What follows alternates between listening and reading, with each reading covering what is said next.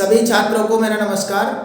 मैं दामोदर शर्मा एक बार पुनः आपके समक्ष हाजिर हूँ एक नए बिंदु के साथ।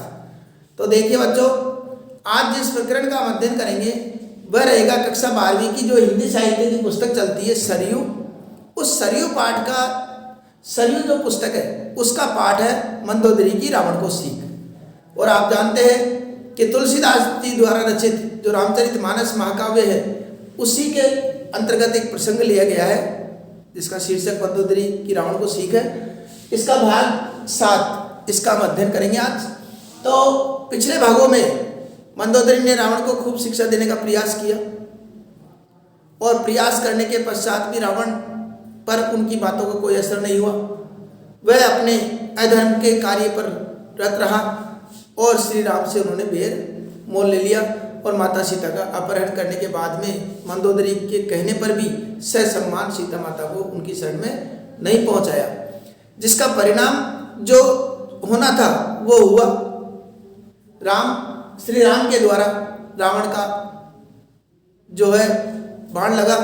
अब रावण को बाण लगने के पश्चात रावण धरती पर पड़े हुए हैं और उसी समय मंदोदरी जो कि उनकी पत्नी थी वह उनको पहुंचती है और उनसे क्या बात कहती है उसका वर्णन आज हम पढ़ेंगे। तो मंदोदरी कहती है कि हे स्वामी तव बल नाथ ढोल नित धरणी। हे स्वामी तुम्हारे बल से ये पृथ्वी हमेशा कांपती थी।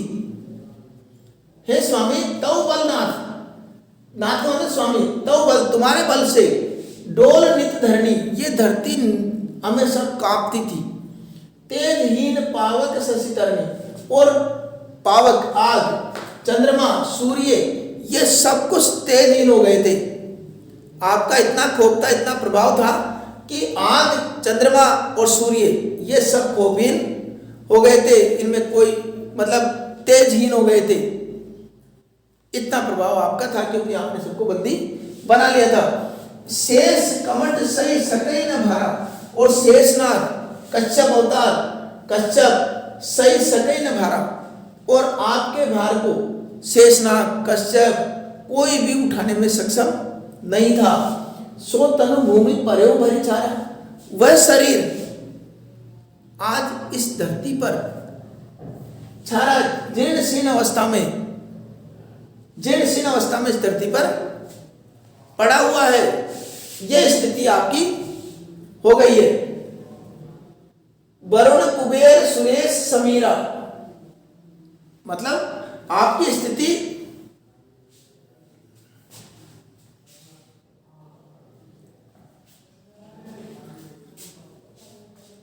तो वरुण कुबेर सुरेश समीरा, वरुण देव, कुबेर इंद्र भगवान और पवन देव, ये समस्त जो देव है ये रण सन्मुख धरि काहू न धीरा, ये आपसे युद्ध करने के लिए जब आए तो आपके समक्ष ये धैर्य भी धारण नहीं करते थे। एक समय के लिए, एक पल के लिए भी नहीं टिक पाते थे।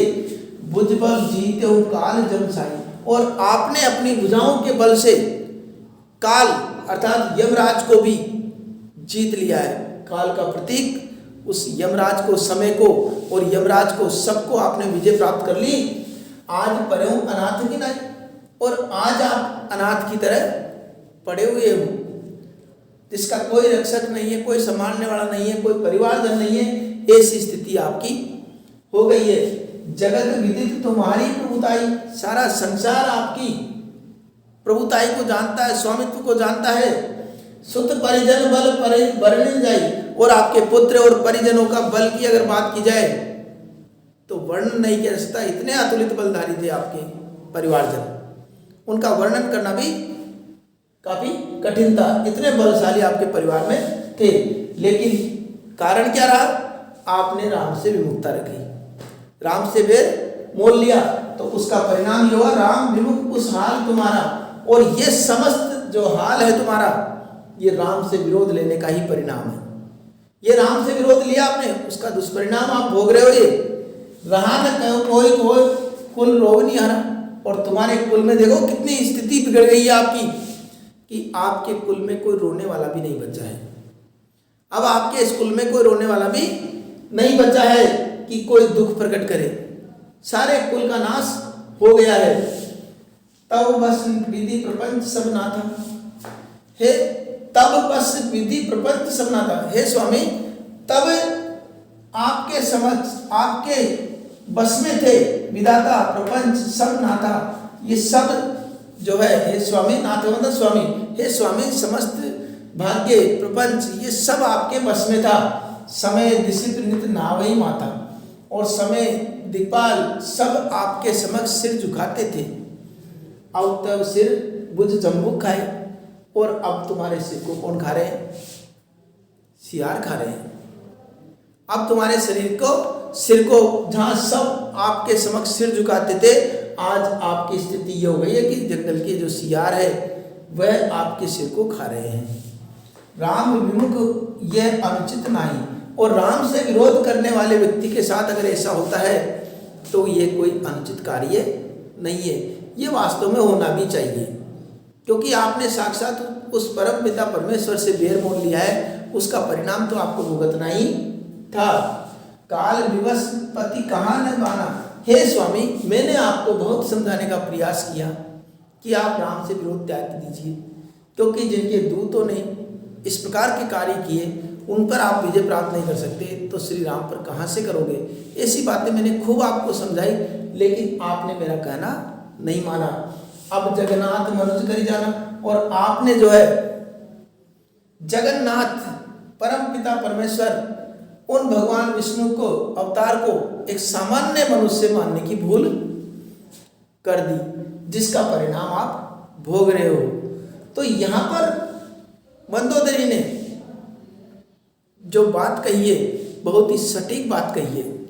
अगर श्री राम की शरण में रावण चला जाता और अपनी गलती के लिए क्षमा याचना करता, तो वह करुणा परायण श्री राम उनको क्षमा भी कर देते और अपनी शरण में ले लेते। लेकिन रावण का अहंकार, उसका अहंकार उसको ये करने नहीं दे रहा था, और अहंकार के वशीभूत होकर के रावण को मरना पड़ा।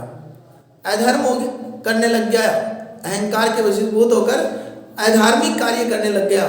जबकि ज्ञानी और पंडित के बारे में तो जानते हैं कि रावण बहुत ज्ञानी और पंडित था, लेकिन इस प्रकार का ये अधर्मिक कार्य करने की वजह से और अहंकार की वजह से वो उसका ज्ञान, बल और विद्या कोई काम नहीं आई। तो ये इस पद्यांश की व्याख्या रही। अब इसकी व्याख्या के साथ साथ हमको इससे जो प्रश्न बनेंगे वो आपको डिस्क्रिप्शन में मिलते हैं, वहाँ जाकर के आप हल कर लीजिए, हल किया करो। और इसकी जैसी व्याख्या मैंने बताई है, उसकी व्याख्या भी आपको कॉपी में उतारनी है, तब जाकर के हमारा व्यवस्थित अध्ययन चलेगा। और जैसे ही मैं कोई सामग्री आपको प्रेषित करता हूँ, उसको तुरंत आप पढ़िए, लिखिए।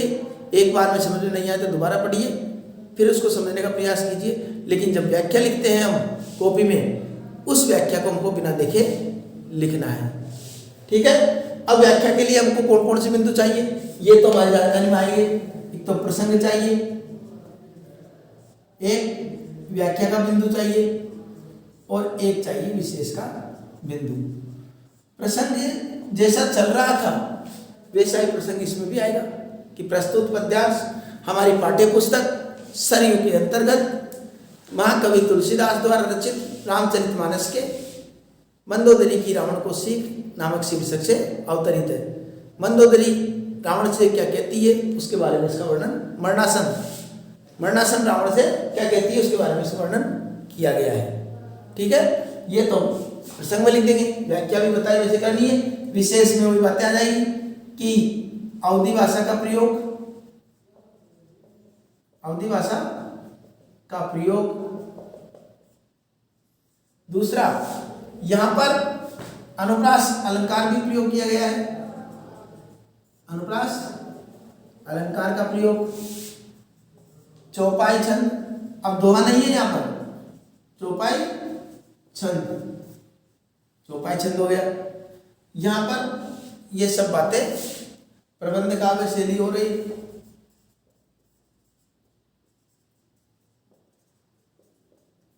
प्रबंध काव्य शैली में ये लिखा गया काव्य है। इस प्रकार आप विशेष लिख देंगे। ठीक है, तो ये हमारे समझ में आ गई होगी बात, हम व्याख्या कर सकेंगे ऐसी मुझे विश्वास है। तो अब कुछ जो दोहे बचे हैं एक दो, उसका अध्ययन हम अगले भाग में करेंगे। तब तक के लिए धन्यवाद।